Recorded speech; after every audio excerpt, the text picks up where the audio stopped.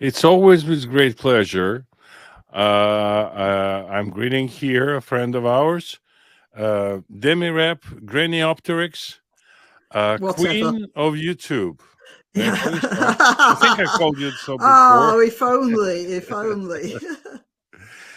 Listen, from time to time, my channel is primarily in Russian, but I feel like my English could be slipping away, although I work professionally pretty regularly these days as an interpreter. But lively conversation with unexpected twists and turns is what we are here for today. All right. How's your English doing, by the way, with all these restrictions that are imposed recently on William Shakespeare? Uh, Oh, there's um, the Scottish government has now forbidden the use of a nursery rhyme because 200 years ago it might have had something to do with racism. wow. Yeah, Uh, well, there you are. That what just shows happened? how woke they are. What They're, happened? they're, they're going back into history, you know. I just How- made a video about it, actually. so I'll be watching it after we finish this one. Although I'm not looking forward to finishing this conversation Ah, you're so so sweet. far. Yes, I know. Oh, you old charmer, you. Only part of it is true. Right, Half, what are we half. going to be talking about today, Yura? Yes, the initial offer was the allure of wokeness and the beauty of by what they call it, um, the other thing. The let's start with the wokeness, and I'll work on my It's not memory. that. Let's get this straight, Yura. Yes, It's not wokeness. non-binary. No, See, no. Can you hear me? yeah, yeah, Yeah, yeah. I'm tapping sorry. your earphones. I thought maybe I'd gone dead on you or something. Mm, It's virtue. It's people who like to think that they're good. And that's a drug. So, however good they are on Monday, they can't stay the same good on Tuesday. They've got to be even gooder. yes. Don't try using that yourself. That's bad grammar. And then by the time they get to Wednesday, they have to be even gooder still. Double plus gooder, to be The exact. gooderist. The gooderist. And it's like a sort of ratchet. There's no way back. The only way is forward, and the only way is more the way along the ratchet. So people like to refer to it as woke. And as a matter of fact, it's snobism. That's all it is. The trouble is that it's very destructive snobism. But it's interesting that we just spoke before we started, and that's why we started earlier. We went down the rabbit hole of monastic life and religious history, and it's a Yeah. big topic for us. And it's interesting how the people become virtuous by imposing limitations on themselves, Yes. and Yes. that's kind of the tradition that is more than a tradition. It's part of a human being. Obviously now with this woke people who limit themselves, basically, if we assume that they're doing it from the heart, they limit their No. own scope. I won't enjoy Shakespeare. I won't enjoy the steak. I won't enjoy horse riding. I won't enjoy fresh air right now, life right now, being with my dear one right now. No, I will put limitation on myself. But that's all making you feel so much more virtuous. It's that I don't know whether feeling virtuous gives you what do they call it? An oxytocin hit. What's the serotonin hit? Aha, right. Dopamine Whatever. also. But I think you can become addicted to that.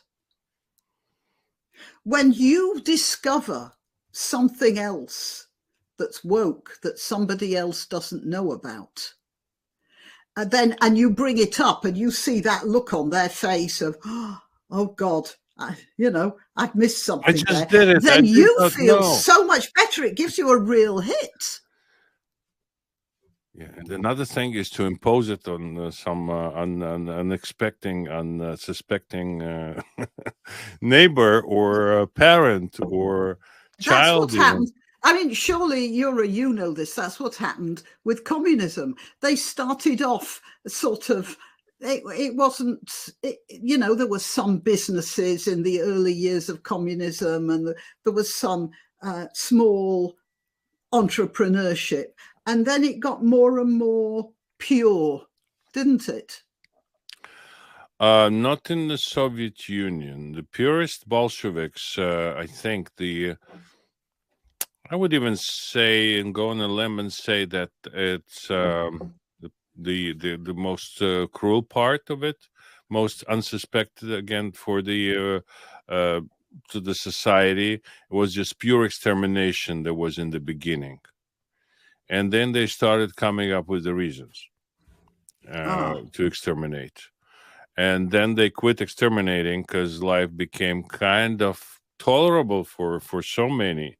It's what Putin's Russia is about today, and they remember those times were not that carnivorous as the beginning of communism in Soviet Union. But in my opinion, it was like the cruelest. Was, of course, it's a moot point, and we can talk about Well, was it the I 30s, the was 20s, or 40s. I was thinking about. Well, it seems to me the most striking example was China, and Yeah. it got more and more communist. As there were these purity brigades going round, checking everybody for communist thought, Hmm. weren't they? And they just kept on until it ended with a huge famine That because they and were so pure. They'd purified themselves out of actually producing food. Yeah, but for them, it was a campaign to intimidate the population. What is it for today's West? And there we knew that it was all coming from the top. It was coming from the Communist Party. And we don't have such a formal body here in the West that would say this is something we should work about. Cleaning the ranks of the society. The Americans, the Brits who do not conform should go, should be, Re-educated. ostracized, re-educated. I have a friend that he said that he used this word, and a British friend, pretty well known, very famous, actually, theatrical director.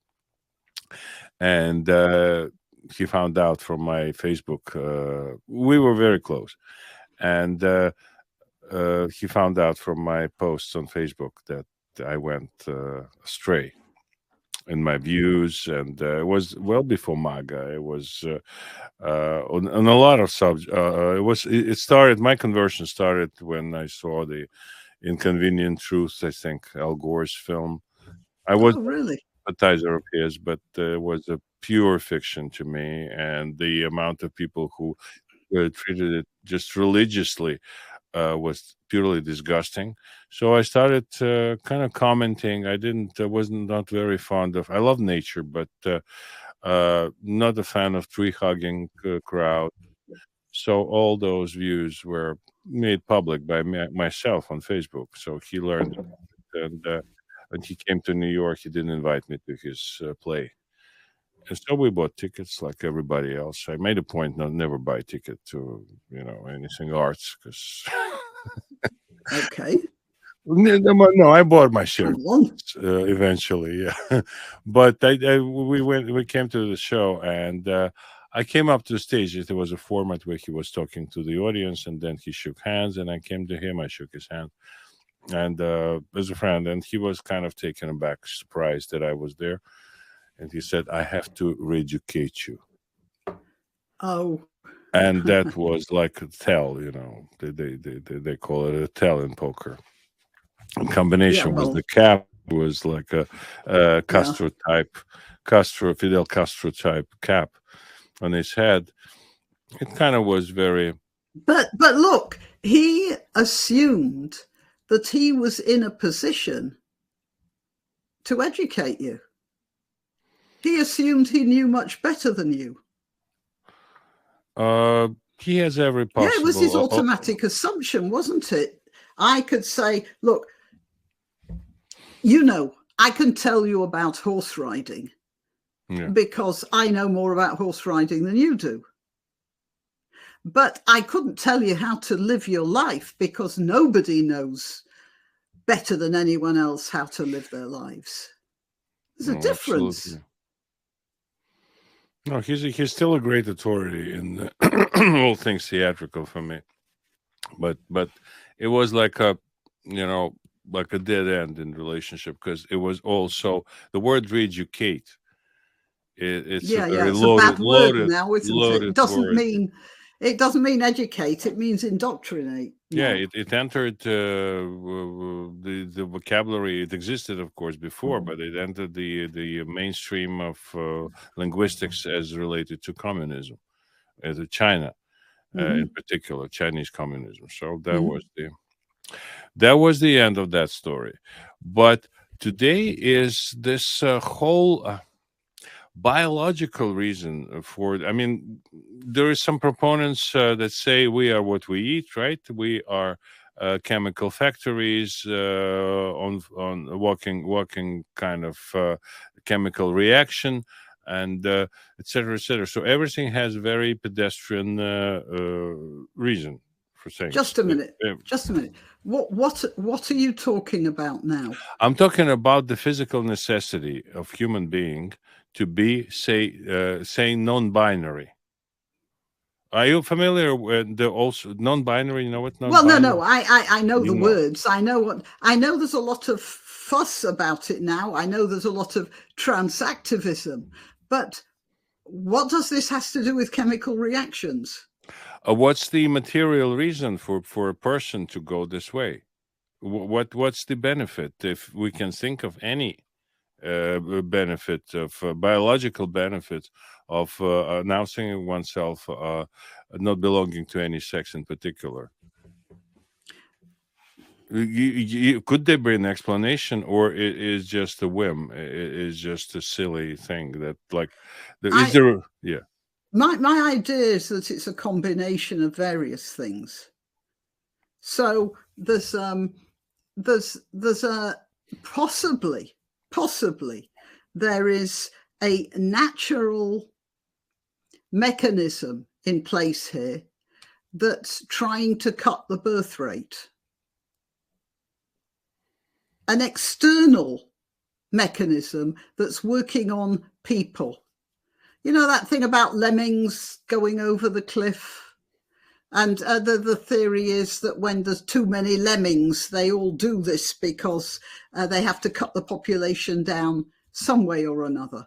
Or you've got animals that live like deer, for instance, in Britain. They stopped hunting deer in places, and there were so many deer that the deer started to starve. And they realized they had to start shooting deer again to keep the population down. So there might be that sort of a mechanism here when people are sort of start to become more interested in non-productive sex of various sorts. So that might be part of it. When we were living in Germany, on Sunday morning, we'd be in our flat there in Reilenbergstrasse, and I'd be looking down on Sunday morning, and I'd hear the church bells, and I'd see these serious German families going past. One husband, one wife, and one serious little boy or little girl carrying their Bibles to church. And I remember remarking to my husband, it doesn't look like the Germans are replacing their population. And I did wonder if it was a sort of hangover, a historical hangover, where they didn't feel like they should be replacing their population. This was in the 80s, you know. So there's that might be part of the equation. I'm not saying it is, I'm just saying it's occurred to me. And then there's something else. I think it's a madness, but it's a sort of contagious madness. I mean, you can decide not to have children without painting your face in a ridiculous way, wearing a wig and telling everyone to call you madam. No. I think that is definitely a psychosis. And why it should have suddenly attracted so many people is absolutely beyond me. Are you following the creative path of last few years of the British singer called Sam Smith? I made a video about him. I haven't been following a creative path. I just saw a performance he did at the Grammys last week. Here in the United States, no less, yes. Which was disgusting. And when I say disgusting, I sound like some little old lady born in the Victorian era. But yet people were cheering him on. And then I realized why. I came, because when I made the video, it was instantly shut down by YouTube for copyright infringement. And then I discovered that Sam Smith had a company called Sam Smith Fashions. And when you put pictures of him with his entourage of very weird people online, he gets the earnings. Mm-hmm. Because you're taking his images as Sam Smith Fashions. And then I realized why he was being cheered on, because those guys that were cheering him on, they want to do that as well. They know how outrageous you are, you get the clicks, and then you get the copyright royalties. So that's what's going on with Sam Smith. Well, his video called "Unholy," and there is another one. Yeah, I tried to watch it. It only lasted through like half of it. It's called "I'm Not Here to Make Friends." Yeah, I've seen that too. And everybody's eager to get upset and get disgusted. So that's your ticket, Sam Smith. Pretty spectacular curve from Adam Smith to Sam Smith in British pantheon. Really, it's like his embodiment of everything that a person of male persuasion, if I may say so, should be doing. Yeah. He's doing all of it. Yeah. It's why they do it. Why simple good song? But I just said enough. The more outrageous he is, the more clicks, and every click is another penny in the ka-ching. No, but I can imagine that, say, Elvis Presley, Elvis and his pelvis, all those things were very, very outrageous and maybe unacceptable to a lot of people who watched his rock and rolling and dancing. And then there was the Beatles and Bill Haley and the Comets, all those things, right? But it was not a purpose, in my perception. There was an intention to insult. There was a certain arena, a certain segment where you would do it like you do it on stage, right? You have to have a special place. You have a microphone. You have your lights. You have your guitar. And where you come, you know where you come. People who come, they know what to expect. There was no intention to insult you across the board. Wherever you go, so you would feel insulted. Yeah. Unfortunately, that's the problem, isn't it? It used to be that was only in the theatres. Yeah. And now it's out online, so everybody gets it. That's just the modern world. We haven't learned. Do you know what happened when the Gutenberg Bible was printed, don't you? No, tell me. Well, everybody read the Bible. More people read the Bible. And what happened after that was that Martin Luther put his note up on the Wittenberg Cathedral door, or was it Wittenberg? Anyway, whichever cathedral it was, he put the note up, and then he was the first internet sensation.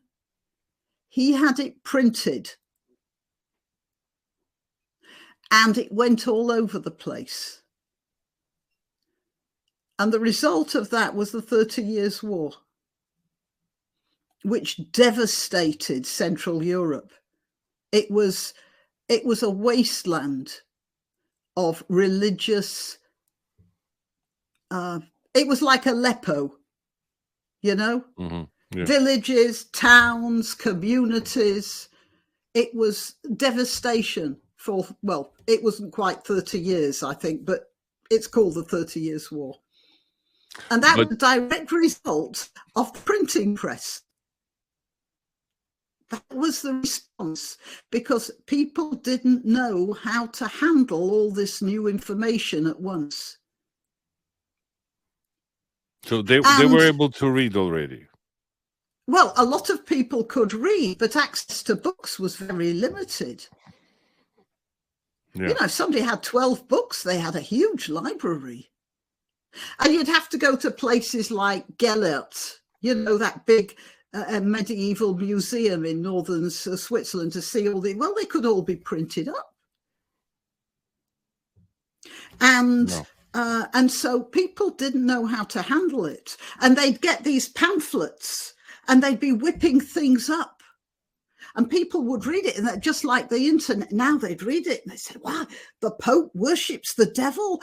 Well, let's burn the monastery down. So they got that stuff going, and that happened. And then it settled down, and we got newspapers and everything. And then radio started. And what happened with the invention of radio? The War of the Worlds. Adolf Hitler. Orson Welles. Adolf Hitler would not have had the importance he did have if he didn't have the mass communications that had suddenly come up in the late 20s. Our ability to invent things far outstrips our ability to adapt to those inventions. And so it's like that earthquake in Turkey, you know, it builds up, and then it just explodes. And what we're seeing here is an explosion. The problem is that these things are coming faster and faster. Of course, the invention of writing, well, over 1,000, 2,000 years before anything had got going. The invention of printing, and then that's only 500 years. And then the invention of radio and mass communications. And now we're only, you know, like 30 years down the line and things are just coming faster and faster. And the television, of course. That was then. Now it's the internet. And you get people, they'll see something on the internet, and then they'll go to the chat rooms and the pages that tell them what they want to hear. So they'll reinforce themselves on whatever they want to reinforce themselves on. And because like people used to read the books that they only wanted to hear. So we are in for a rocky time, for sure, until we've adapted. The problem is that things are coming so fast, we might not get a chance to adapt to this before the next thing happens, because it's like it's sort of rolling faster and faster. You know, I was, when I came here, 26 years already? 27th here in the United States. I was immediately hooked by the internet, and I got initial knowledge first, and then I kind of advanced in that, and a little bit. I didn't become a programmer, but what was fascinating to me was when Google arrived, and I was there before Google. Yeah, me too. Yeah. And Google was wonderful. And I was Suddenly, thinking, people finally, I forgot how they call it in linguistics, this word that they means the habitual mistakes, like definitely in the United States, like over half of the people in this country spell it different, A in the middle after N, after an N, definitely. spell definitely with an A in Yeah, the middle. with an A in the middle. Yeah. All right. So it's a very popular typo. I mean, mistake, whatever you call it. Let's be charitable. So Google was very intolerant to this. You had to spell properly to find the result that you needed, that you were looking for, actually.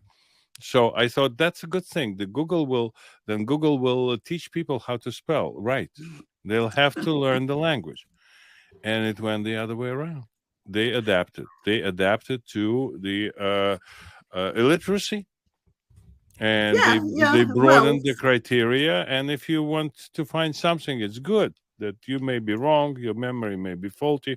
It'll give you some options. It'll give you some choices, etc., etc., etc. And eventually, it became so smart that today we're talking about the next wave.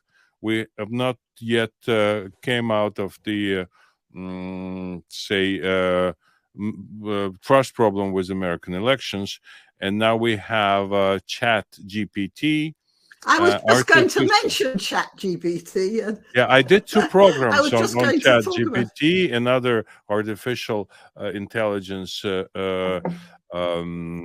implements on online implementations with a professor, and it did not make things clear.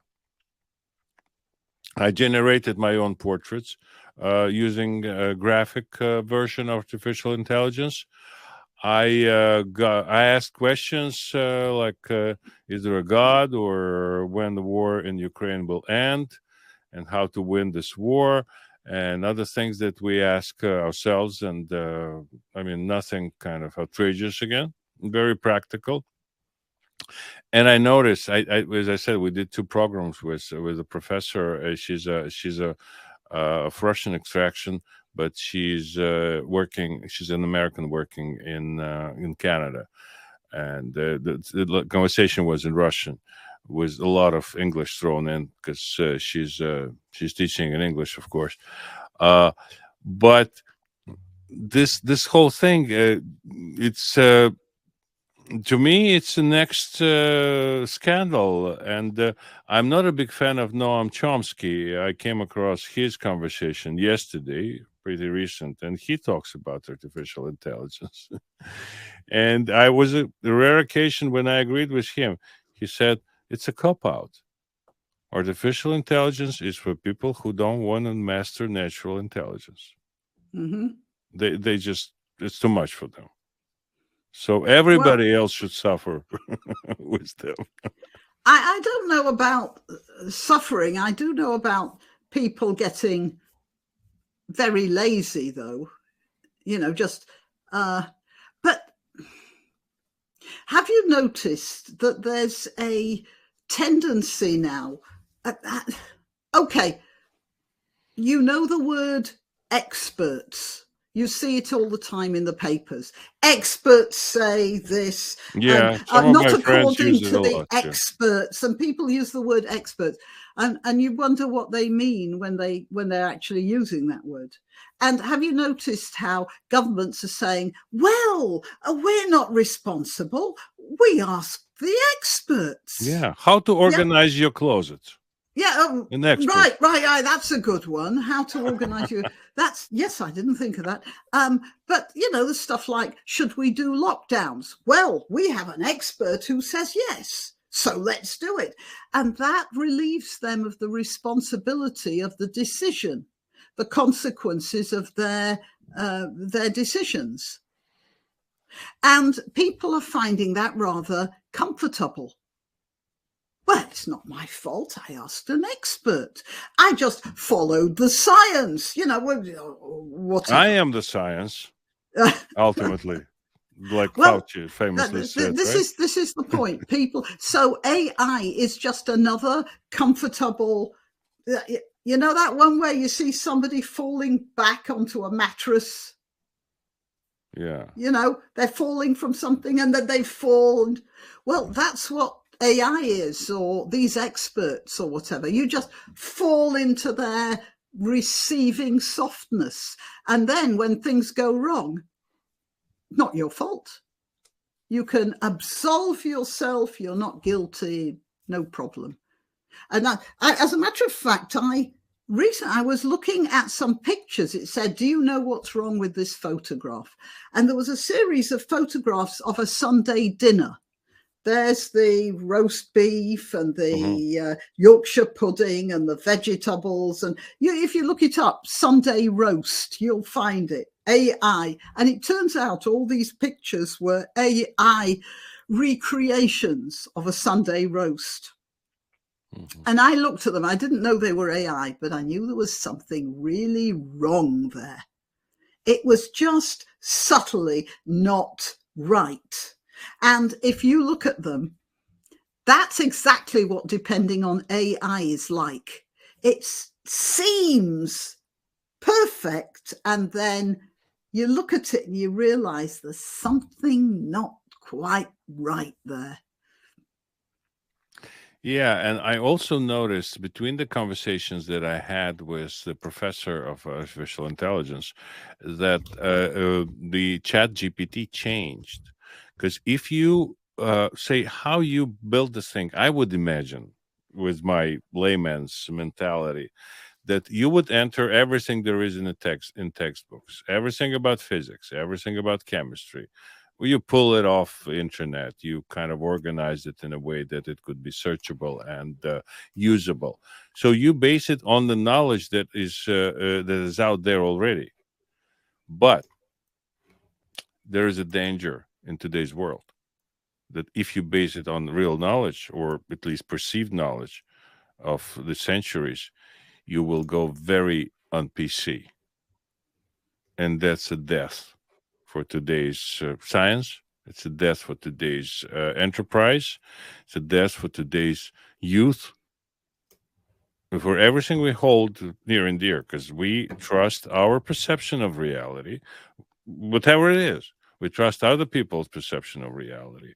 We trust the Newton's laws. We trust the Einsteins. We trust Beethoven's. We trust Michelangelo's. We trust Leonardo's. You cannot avoid those things, but you have to make changes, because somebody would say, "Listen, I read your description of what transgenderism is, and it's not correct because you say that people cannot give birth, men cannot give birth. What is that nonsense?" In times where we have ethical investment strategies, I forgot ESG, I think it's called, right? This new policy where you have community-minded investment. You live all your life contributing to some pension fund. Pension fund is talked into the to investing into some enterprise that is not so profitable financially, but it's very ethical, and people are paid fairly for picking coffee beans or etc. berries, and everything is just fine with this whole enterprise on moral standpoint, except everything you worked for all your life is poof, because this is not business. It's not oriented on why you actually have this pension fund in the very beginning, your savings. They all go poof because it's not invested in the initial purpose. It's like the break of fiduciary trust, as they call it, right? Did you hear about the Church of England? So many things. None of the the Archbishop of Canterbury, Justin Welby, has promised to set aside, get this, £100 million. I didn't know the church had that much money. £100 million for compensating people for colonialism or slavery or something. That's what he's. It's not going to be giving out, no sort of handing out buckets of money. He's going to be putting that money into various schemes for re-education and proper education or whatever. but yeah, but the problem is that we all know where that money is going to end up, and it's not going to end up with the poor people, is it? Listen, poor people aside, in California they started this whole thing, and people are saying that 5 million a person is not enough. So we are talking about what, 100 million pounds What for? for compensating for slavery. Right. So it should be much more, but they're also, it's kind of dishonest thing on. I'm not even talking about people who think who can claim they're descendants of slaves. But on the other end, there are so many. I mean, it's not dishonest, but you have to prove that you are not someone who suffered as a descendant of slaves. All the Jews were descendants of slaves. Oh, that's true. Where do I sign? Every nation, the nation of, say, England got its name because, or No, Serbia. Just a minute. The Slavs were called Slavs because they were all slaves. yeah, I read, I forgot the name of the Pope, who saw beautiful kids, blue-eyed, Non white. Angli, said Angli. Yeah, I don't remember which Pope it was, but yes, he saw these British children and he said, "Are they angels?" And they said, "Not angels, they're angles." yeah. The way I heard it, it's different. He called them, they're pure angels, and they were. He saw them in the slave market. Yeah. He said that that's the country. That's how England got its name, from being the land of angels. Whichever. No, I mean, you may not agree with that, of no, course. no, that's not true. In Rome around AD 590, Pope Gregory the Great saw some Hmm. fair skinned children in a slave market and asked who they were. No, the Angles were a tribe of a Saxon type tribe. And asked who they were. Angles, came the answer, to which Gregory responded, "No, not angles, angels." And he sent that's the Venerable Bede wrote that down. Hmm. Now he might have been doing. Bede was a monk in Northumberland, and he wrote a history of Britain, and he could have been making that story up because, you know, we all know British children are the most beautiful in the world. A But yeah, lot of that's the contest story. in That's this, the a lot of story. competition in this field. Yeah. I must tell you. Yeah, it's interesting, and this whole thing, of course, today, again, it's targeting first, how they call it, uh, the poorest people hardest hit, right? As the Always. usual, yeah. Always. So, and also the kids, and kids are used, be it children's crusades, be it slavery and the consequences of it that we feel today. And I mean, we do feel the consequences, except I don't think it's fair to do it this way. And there's plenty of programs who help so-called minorities and to become majorities eventually.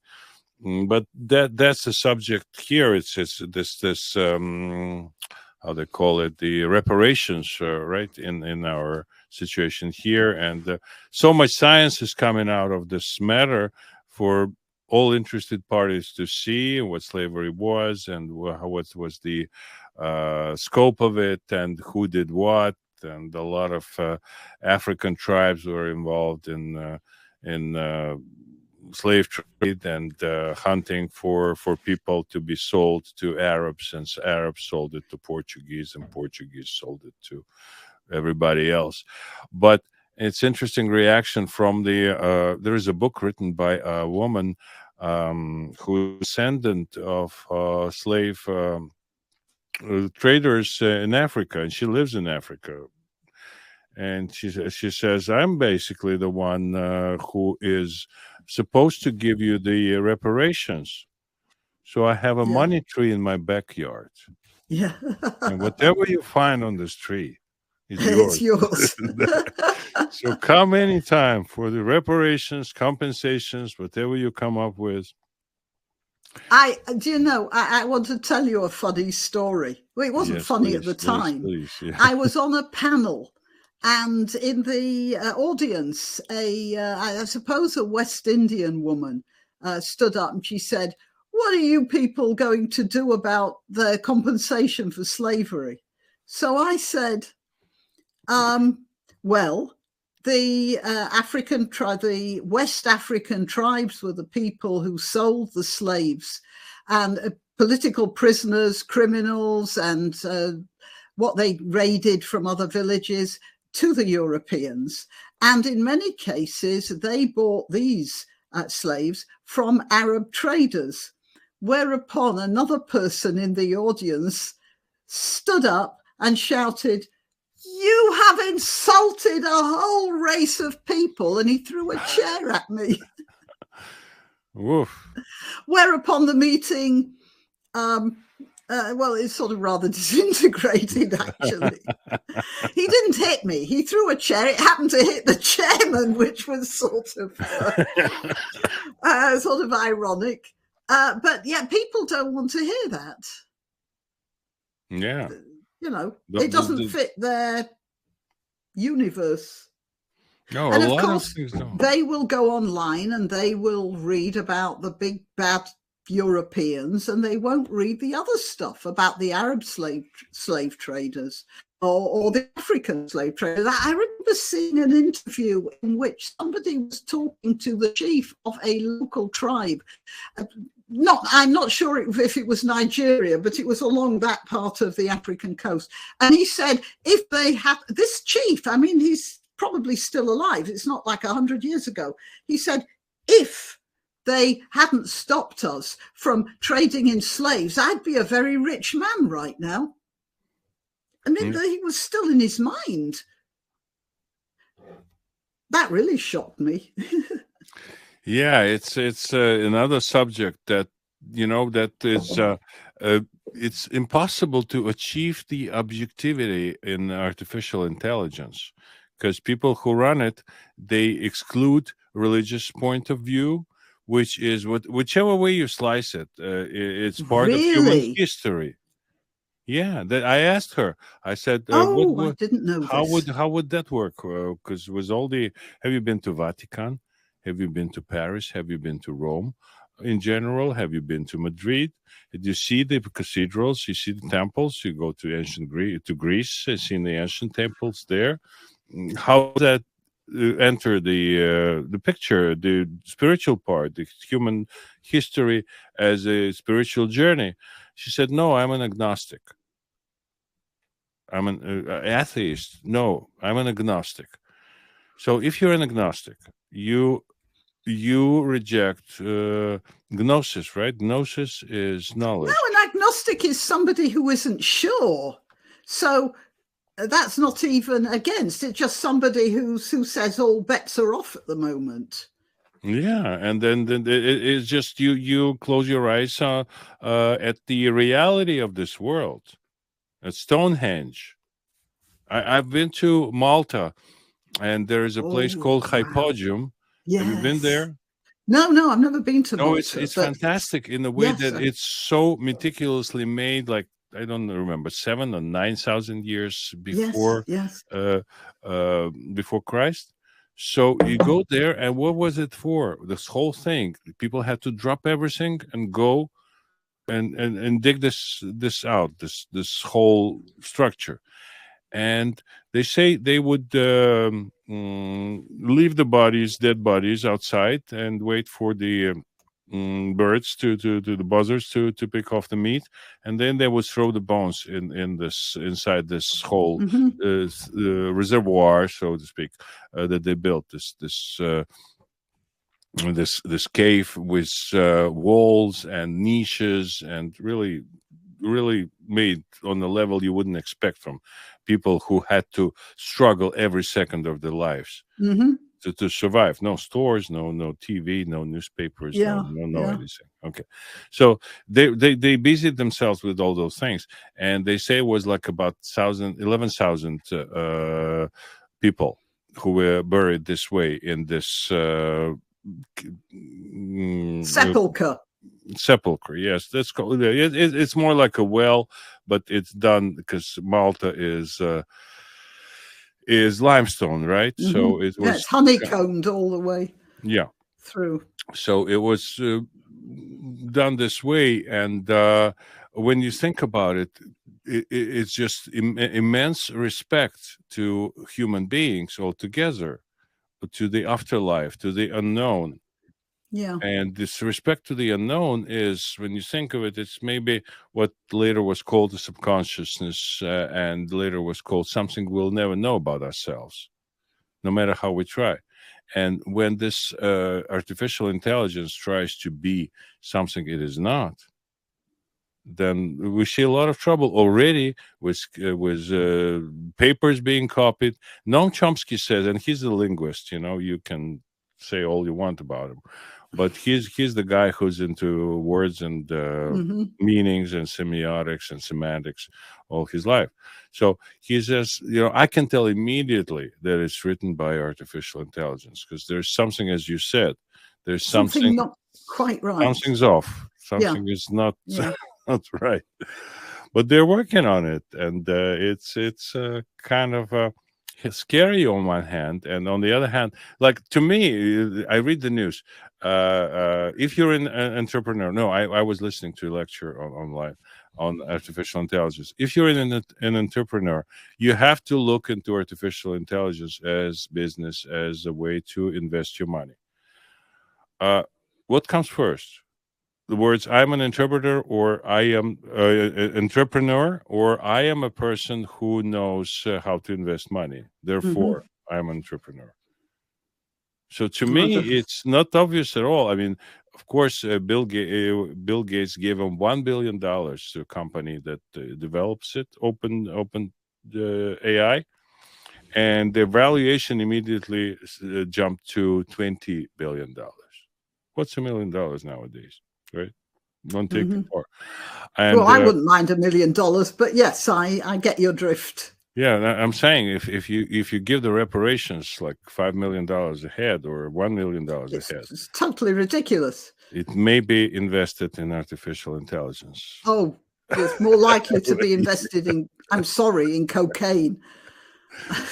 Yeah, and bling and swag. And bling. Whatever. Nonsense.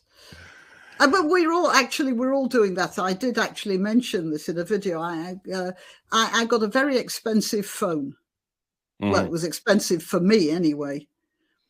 And like I suppose if I'd have been myself in the 1960s, I'd have insisted on my husband buying me a diamond necklace. As I would have still had the diamond necklace. In 2 years' time, that phone's going to be worth nothing. No. We're spending a lot of our resources on stuff that's going to be worth nothing in 2 years' time.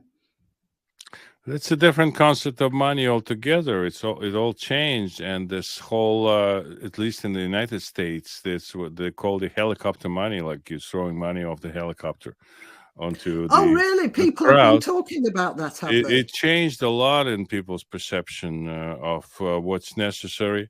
I was told stories then when they started this stimulus, not stimulus actually, how they call it this, just giving money because of COVID, that a lot of people just went straight up, bought themselves those electric scooters, like little kids, like $1,000 a pop. Right, why? That's what people started doing, and of course they started doing what our glorious government is trying to fight right now, because a lot of people found themselves with side gigs for cash outside of the the way that government is supposed to. What government is supposed to do is create jobs that would give them taxes. If they don't do it, if they don't care, they need those taxes. People, yeah, they need those taxes. But This way, they started giving away the money, other people's money, and people went nevertheless away from the system. And this whole nomad economy that a lot of people admired at first, laptops, have a laptop will travel. Yeah, yeah. So that But also that's didn't it. help. We're in a going back to what I was saying before. We are in a period of of upheaval because we can't handle what we've invented. It's just getting out of our control. And until we've adjusted ourselves to that, we are going to be in a state of upheaval. We until we come back to the simple truth. And I must say, and somebody will turn off the channel right away and never come back. But I must say that the president who started giving people ideas that we can do a simpler tax code in the United States, that we should value entrepreneurship, we should value people who risk their lives to build businesses and to give jobs to people, and those who want to end wars by getting people something that they get busy with, they pass to prosperity. President Trump. Yeah, yeah, yeah, That's for where sure, that's for sure. where it is. I agree with you there. I Just to agree with you. simplify it, not because of the hair, not because of the suit, not because of the tie, not because of a golden interior of his apartment, Or the and big mouth. oh, the big mouth, even the big mouth. Yeah, yeah, yeah. Even the Just big. No, no. I think you're right. that's however strange it may be, the past to the future that we love is not in complicating our way to get there. Hmm. S- on that high note, or high horse for you. Okay. Yeah. Thank you so very much, Demi. I enjoyed our conversation. Of course, it's always a pleasure. And please follow Granniopteryx on YouTube if you want an original thinker in a very attractive appearance. Oh, Yura, how can I stand this? I'm going to get so Too big-headed I sweet. won't be able to get my riding hat on Too next sweet. time I go to the stables. Yura, you're lovely. Thank you so much for having me on your show. It was lovely. Everybody. Thank you, everybody. Thank you, Okay. Granny. Bye. Bye bye.